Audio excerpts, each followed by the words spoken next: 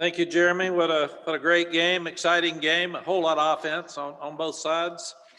Really, really proud of our guys. It's the first time we've had two ranked teams playing against each other at Carolina. Somebody told me since we played Georgia in maybe 2016. And then when you start looking at this game, it's been a real nemesis for us because none of our players on the current team had ever beaten Virginia Tech. And somebody told me, if the stat is right, that we have lost 13 of 16 against them since they came into the ACC. And then last year, the 6 overtime game, and the year before that, we had a chance to put them away with 4 minutes left, and they beat us with 19 seconds left in Coach Fedora's last year. So the guys are excited. It's fun to win. We saw the offense that we can be today when you can run the ball as well as we did today. We know we can throw it, but anytime you can run the ball that well, they ran it really well, but we ran it better than they did. And that was not anticipated coming into the game. So proud of all the guys on offense that blocked so well for both of our running backs. And then Sam did a good job of being accurate and getting the ball out of his hands quickly and getting it to the right place. So defensively, we were down 3 starters, and then you start looking at Kyler McMichael's in his third game as a starter at corner. He was a special teams guy at Clemson. Cam Kelly played part of one game against Clemson last year. He hadn't played any others, and Patrice Rene, the same thing. So we were thin in those areas, and we missed a lot of tackles. We busted some coverages and didn't play very well on defense. We're still not getting turnovers. We had our hands on a ball that was a turnover, and it goes up in the air, and they catch it and run it down to the 20, I think, with a big tight end, number 82. So. And then we were ready for the onside kick. We sat there and said they're going to onside kick, and we just didn't handle it, the first one, and then did a good job handling the second one. So proud of the guys, proud to be 3-0. I thought the crowd helped. There were just a few there, but they were loud. I love the students being back. They did a great job, and the players had a lot of fun. So it's get this one cleaned up. Too many penalties, too many missed tackles. Got ahead and kind of sat there some in the third quarter, but came back and did a great job offensively in the fourth quarter. So we'll get all this, we'll enjoy it tonight. We'll get everything fixed tomorrow and get ready to go to Tallahassee next week. All right, thanks, Coach. We've got a handful of questions already in the queue, so we will begin with Mike Topper. So, Mike, go ahead. Thanks, Mark. Hey, Coach. You mentioned the rushing game there. Obviously, Michael Carter and Javonte Williams combined for almost 400 yards, just those two guys. What did you make of Javonte and Michael today? And also, what led you coming into this game to say that you guys needed to pound the ball as much as you did? First, those are two of the best backs in the country. They've got balance. They're fast. They've got the power and quickness to run inside and the speed to run outside. So they are two of our best weapons, and we know that. And when people have to come in and stack the box, it gives us an opportunity to throw to our fast guys outside. But if they're going to allow us to run it, the receivers were excited about blocking today.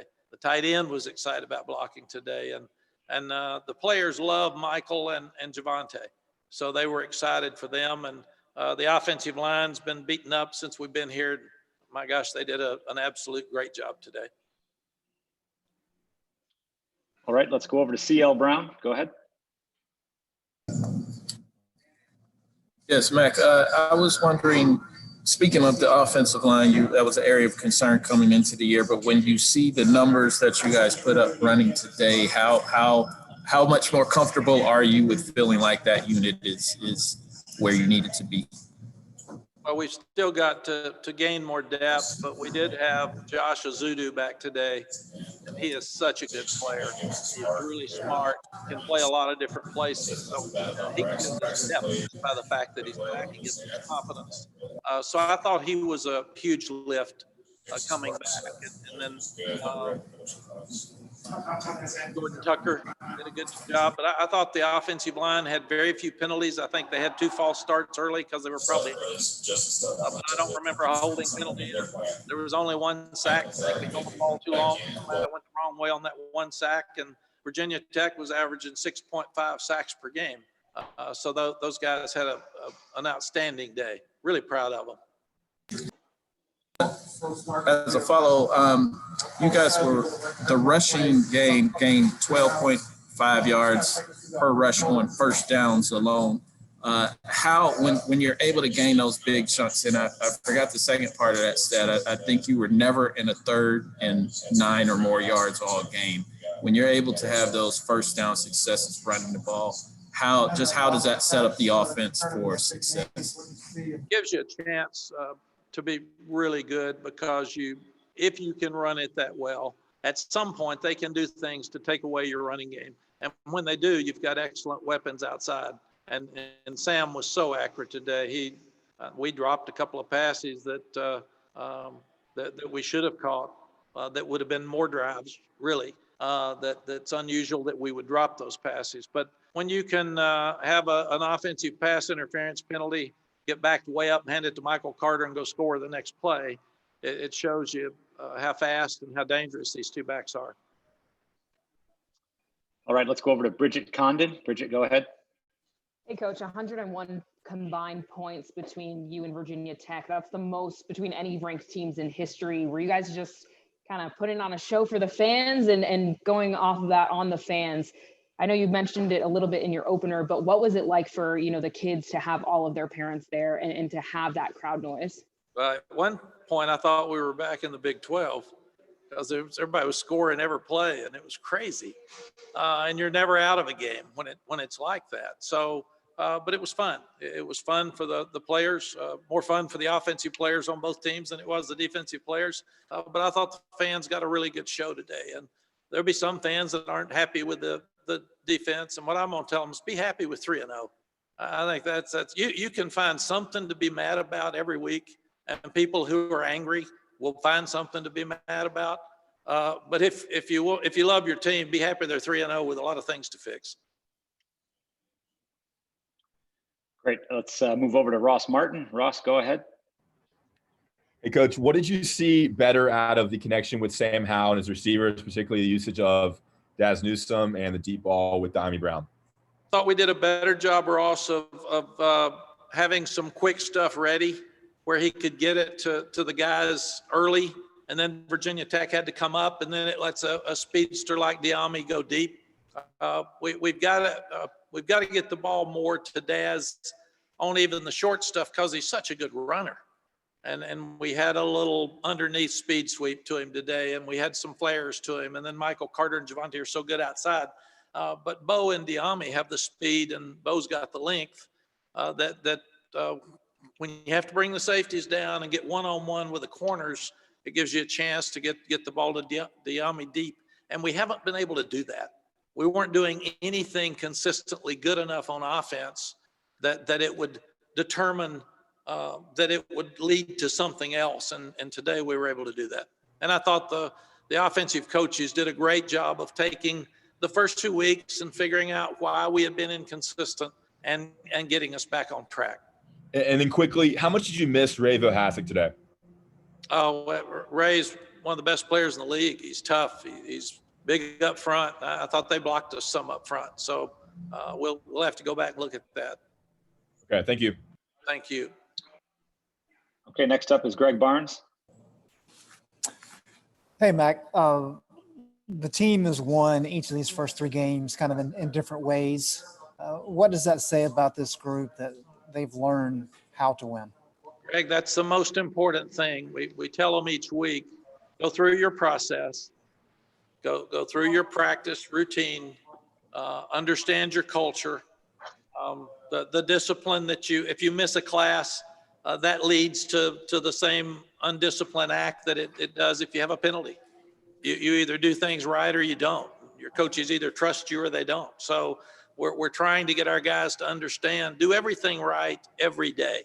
And when you do that, the objective is just win the game.